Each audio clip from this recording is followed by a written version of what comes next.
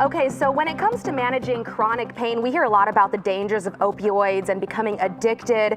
Today we're exploring alternatives, though, to those pills and learning how to manage pain in other ways. And we have Leslie Gregory joining us. She specializes in primary care as well as Doctor of Acupuncture, Elie.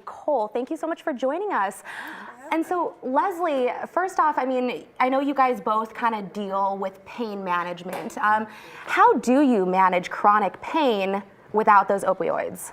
Very difficult to do in many, many cases. And some of the things we're asking in the moment about addressing those issues, more time with patients, just to go through these important discussions.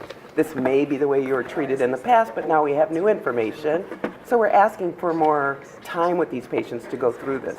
I mean, I'm thinking herbal tea. Am I on the right path here, or something totally different? Well, actually, there are herbs that do a tremendous amount toward managing chronic pain. So you're on the right path. Okay, all right. Well, I think it's something that, in general, we need more education about. Would you agree? And that is why we're asking for more time. Correct. Yeah. Correct. Education takes time. What did you hear me say? I see. This sort of thing. What is your background education around pain? This all takes time to find out, doesn't it? Well, we know that Dr. Cole's a sticker, an acupuncture specialist. But I think that's a topic that's gaining education. And more people are becoming aware of how acupuncture can be an answer other than popping a pill. Agree? Yes, absolutely. And the VA and certain parts of the military are utilizing acupuncture for pain, especially as an alternative to opioids, and also for trauma and anxiety and depression and these things that our soldiers are coming home with. But it's not just a one-time visit. One thing with Correct. acupuncture is you're committing some time here, multiple Right, visits. and that is something that Leslie Gregory and I have talked a lot about, is that this is all about a process. Like Leslie says, we need more time with our patients. I'm lucky that I'm in a different paradigm. I have my own private practice as a complementary medicine provider. I have more time with my patients, but it's really about a process. I have a lot of patients who come in and say like, oh, so I just need 1 or 2 treatments for this back pain that I've had for 10 years? And it's like, oh, no, that's not how this works. Well, how does it work? How does acupuncture work to treat pain?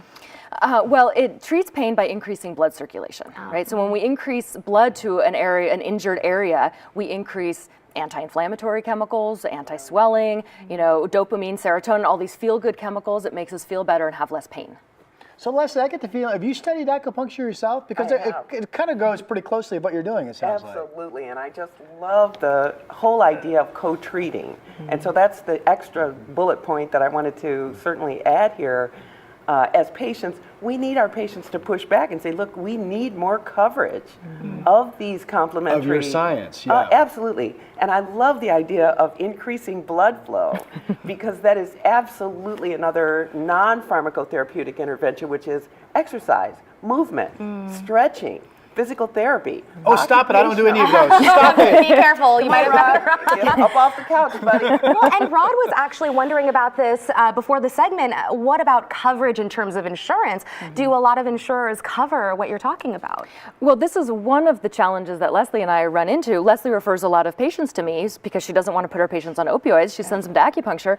But sometimes the first hurdle that we have to jump is, the patient doesn't want to come to see me because their insurance doesn't cover it.